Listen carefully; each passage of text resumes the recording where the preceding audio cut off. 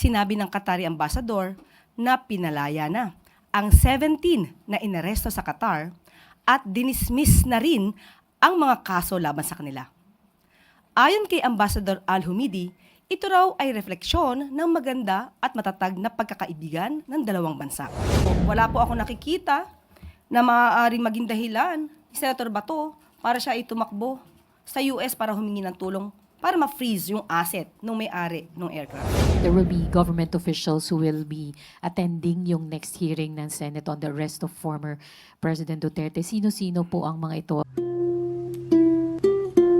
Sino-sino po ang mga ito? And does this mean na nagbago na yung stand ng palasyo pagdating sa pagdalo ng mga opisyal sa Senate investigation? Sa ngayon po ay according po sa office po ni ES, as we speak, hindi pa po ako nabibigyan ng anumang detail kung nakatanggap na po sila ng invitation. Pero so dapat sa invitation nakalagay po sana kung sino yung mga tao na iimbitahan. Pero nagbigay na po ng listahan ang Office of the Executive Secretary yung maaaring dumalo po sa nasabing hearing. Nakalista po rito si Secretary Jesus Crispin Remulla ng DOJ, Prosecutor General Richard Anthony Fadulion, and Chief State Counsel Dennis Arvin Chan. Makakasama at nilagay din po namin sa listahan si Department of Foreign Affairs Secretary Enrique A. Manalo. Philippine Center on Transnational Crime Executive Director Alcantara. PNP General Romel Francisco Marbil and General Nicolas Torre. From DMW, si Secretary Hans Kakdak. Kasama rin po si Special Envoy Marcos Lacanilaw. And from the SEC, Attorney R.J. Bernal and Attorney Ferdinand Logi Santiago. Ma'am, what led the palace to reconsider? Kung nagkausap man po sila ni Senate President Chis Escudero, binigyan din po natin ng pagrespeto ang kanyang hiling. Kaya provided of course, ito hindi naman din tatalakay sa executive privilege na mga issues. Pero to be clear, ma'am, these officials can still invoke executive privilege during the question and answer, no? Opo. Thank you po. Maricar Sargan, Brigada. Good morning po, Yusek.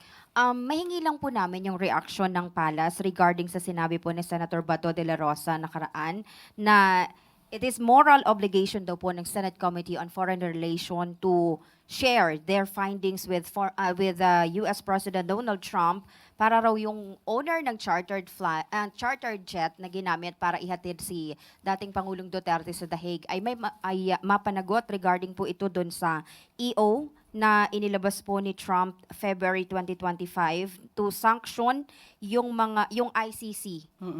And ano pong reaction dito ng Palace? Of course, nakita po natin, nabasa po ang executive order at tatingnan po natin ang definition ng ally. Ally of the United States. Sinasabi po dito na ang ally na term na ginamit po dito sa executive order ni President Trump, una, the government of a member country of the North Atlantic Treaty Organization or NATO, and a government of major non-NATO ally, as that term is defined by Section 2013, Paragraph 7 of the American Service Members Protection Act of 2002. Nung tingnan po natin ang definition ay lumalabas dito sa section, sa paragraph 3 ay parang na-enumerate po ang mga bansang Australia, Egypt, Israel, Japan, Jordan, Argentina, and the Republic of Korea and New Zealand or Taiwan. Pero nung tinignan po natin ang paragraph 7, lumalabas po dito na the term non-NATO ally means a country that has been so designated in accordance with Section 517 of the Foreign Assistance Act of 1961. So nakita po rin natin na ang bansang Pilipinas ay tinuring at na-designate po na major non-NATO ally. So lumalabas po na party po ito tayo sa nababanggit po na executive order. Pero maliwanag din po sa sinabing executive order na dito po sa bandang, sa akin po ay page 9, okay? And I quote, the United States remains committed to accountability and to the peaceful cultivation of international order, but the ICC and the parties to the Rome Statute must respect the decisions of the United States and other countries not to subject their personnel to the ICC's jurisdiction, consistent with the respective sovereign prerogatives. So, ibig sabihin po nito ay ginagalang din naman po ng bansang Amerika sa pamamagitan ng executive order na ito kung ano man po ang prerogatibo or prerogatives ng bansa na miyembro po, no, ng ally, na tinatawag na ally ng US. So, kung ano man ang naging prerogative, no, prerogative ng bansa natin, ito naman din po ay igagalang ng bansang US. Regarding po dun sa sinabi ni Senator Bato, the EO that was signed by US President last February 6 imposing sanction dun sa mga ari-arian. Kasi ang parang gusto po ni Senator Bato na kung sino daw po yung may-ari ng chartered plane na ginamit, kung may ari-arian man daw sa US is mapanagot. Kaya nga po, kaya ko po binasa itong provision na ito at nilalaman ng executive order kasi ginagalang po ng bansang US kung ano yung prerogative ng bansa. Kung ang bansa po natin at ang pamahalaan natin ay nagkaroon ng pagdedesisyon ayon sa ating RA 9851 at sa pakikipag-cooperate sa Interpol, yun naman po ay hindi naman po hahadlangan ng US at irerespeto po nila yung sovereign prerogatives ng bansa. So, wala po ako nakikita na maaaring maging dahilan ni Senator Bato para siya itumakbo sa US para humingi ng tulong para ma-freeze yung asset ng may-ari ng aircraft. Thank you, ma'am. Sam Medinilla, Business Mirror.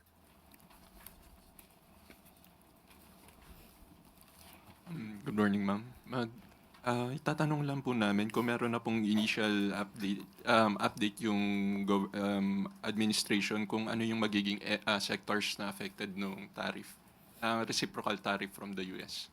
Okay, ganito po ipagpapaliban ko muna po yung detalye patungkol dyan dahil alam ko po ay mayroon pong aksyong gagawin na papabor naman po sa ating bansa. Pero hindi ko po muna maibibigay yung detalye hanggat hindi pa po nagiging final ang mga pag-uusap patungkol dito. Pansamantala po. Pero yung initiative po na yan will be led by President Marcos or the economic managers po. Ibibigay ko po yung detalye kasi alam ko po ay maganda naman po ang magiging action dito.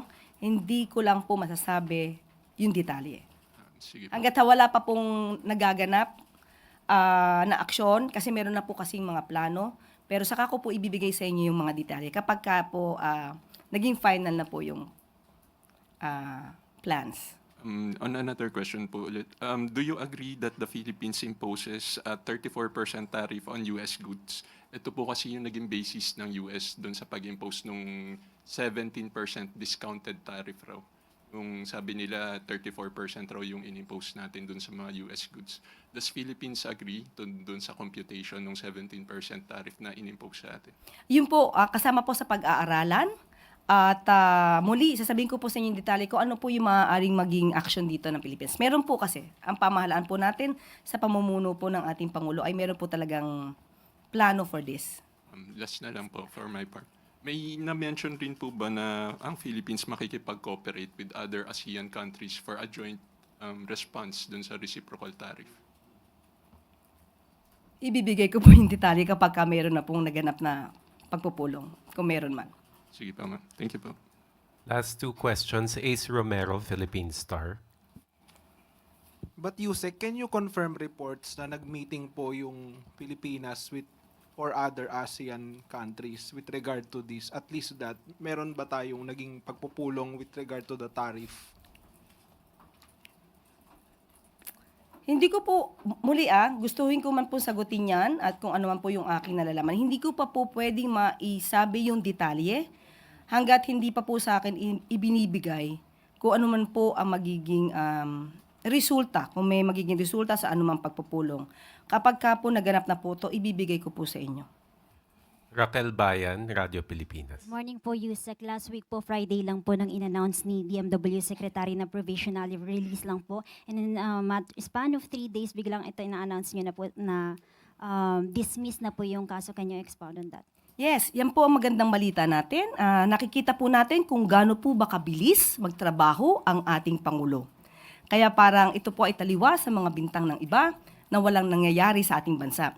Ito po ay talagang tinutukan po ng ating Pangulo para po mabigyan po ng tulong ang 17 na kababayan natin dito sa Qatar. At ito nga po ang naging resulta na madismiss na po ang kaso at mapalaya po sila. Yusek, alam na po kaya ba nung pamilya ng 17 na OFW? Kanina lang po kasi nagkaroon ng pag-uusap at ito po ay naging pinal na po at kaya po ito ay naibigay natin pong good news sa kanila. Malamang po kung sila po ay nanonood ngayon ng press briefing ay malamang ay lumulundag na sila sa katuwaan. Next, Harley Balbuena, People's Television.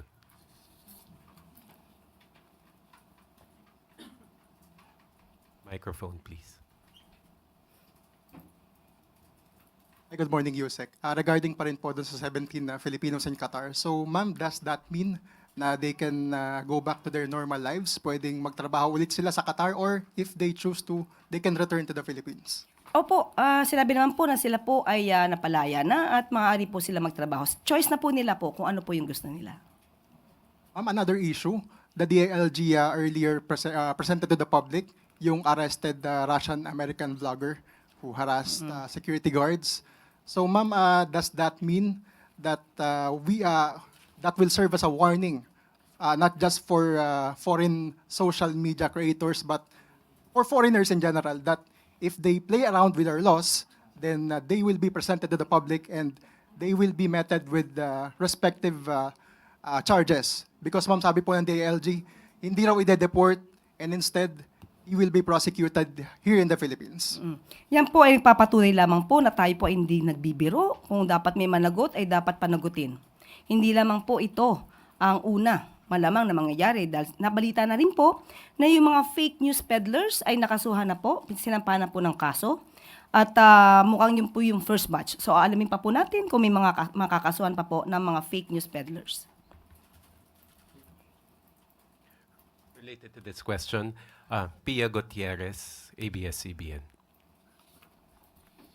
Ma'am, regarding yung 17 Filipino nationals, nabanggit po kasi last week ni DMW Secretary Hans Leo Kakdak that the reason the 17 Filipinos were provisionally released was because wala pong kaso na nasampa sa kanila during the time that they were detained. May we know ano po yung kaso na na-dismiss at kailan po ito na-charge? Sa ating pong pagkakaalam, ito yung illegal assembly.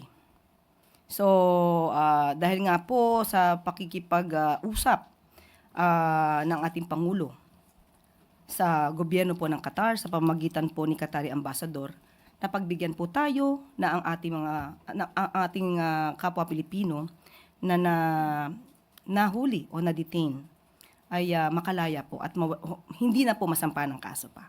So tama po, the President himself made a direct appeal to the Qatari government. When was that made po? Sa ating pagkakaalam ay kanina po nagkaroon ng pag-uusap. Prior to the release? Hindi, kanina po nagkaroon po ng pag-uusap at nagkaroon na po ng sinabi na ito nga po yung good news. Kung ano po yung timeline, kung kailan sila nag-usap, ay hindi po sa akin na ibigay yung pinaka-detail. Moving on, Ann Soberano, Bomboratio. Yusek, good morning. Reaction lang from the palace kasi sinabi ka sa interview ni Ambassador Romualdez na ang pagiging agresibo ng China sa West Philippine Sea ang dahilan kaya bibili tayo ng mga fighter jets sa US. Pero taliwas po ito sa sinabi ni Executive Secretary Bersamin na wala po tayong tina-target na bansa. Ang AFP modernization naman po ay noon pa po. Wala pa naman pong issue sa anumang bansa. At ang pag-modernize po natin ng ating militar ay naaayon lamang po. Natataon lamang po at hindi naman po talaga nagta-target ng anumang bansa. Nagkataon lang po siguro na may mga issues po tayo na kinakaharap. At opinion po yan ni Ambassador at sabi nga natin na yun po yung katotohanan. Talaga naman po tayo mayroong kinakaharap na mga issues. Pero yung pag-modernize po ay ito po yung naaayon naman sa batas. Sa ibang topic, Yusek, reaction din from the palace. According to AFP Chief Romeo Bronner, na they are looking at acquiring more missile system to complete the integration of their air and missile defense alongside purchasing warships and multi-roller fighter jets to build a strong and reliable deterrent force. How likely po na aprubahan ito ni Pangulong Ferdinand Marcos Jr. since plano po naman ito ng AFP? Kumpiyansa din po ba ang Malacanang na bago bumaba sa pwesto si Presidente ay magiging credible and reliable na po ang defense posture ng Pilipinas? Opo, gusto po talaga natin na hanggat maaari ay mabili po natin ang kinakailangan natin for the AFP modernization. At ngayon po ay gusto po nila makompleto itong AFP Horizon 3. At depende po yan, of course, sa budget po natin, kung ito din po naman ay maaayunan ng Kongreso. So lahat po yan ay nanaisin po talaga ng ating Pangulo na magampanan po ang mga pangakong ito. So, pwede po bang sabihin ng Malacanang na magiging credible and reliable ang defense posture ng Pilipinas bago po bumaba si Presidente sa pwesto? Yan po ang naisin ng Pangulo. Yan po ang naisin ng lahat. At gagawin po lahat ng paraan, pagkakataon, lahat ng kakayanin, kung may mga budget po tayong kakailanganin, yan po ay gagawin ng ating Pangulo. Thank you, Yusek. Related question, Ivan Mayrina, GMA Integrated News. Yusek, good morning. Does the Philippine government consider the arrest of Pinoys for suspicion of espionage as an escalation of tension between the Philippines and China, especially since the NSA believes this is merely a retaliation of the Chinese side over the arrest of their nationals for the same suspicion? At kung meron po bang specific instructions ng Pangulo kung paano natin i-handle ang kasong ito? We believe that is just a part of the initial investigation. There is no yet concrete evidence. If it is really a retaliation or a part of retaliation of the other country, we will not say that because there's no final investigation on that matter. But there is still ongoing investigation on that, and we will just defer all the details to the FA and to DND. Any specific instructions from the President? Have you taken this up with him? Yes, there is always a instruction to help our Filipino citizens, the Filipino citizens abroad, facing this kind of charges. Legal assistance will always be given. All the necessary help and assistance will be provided.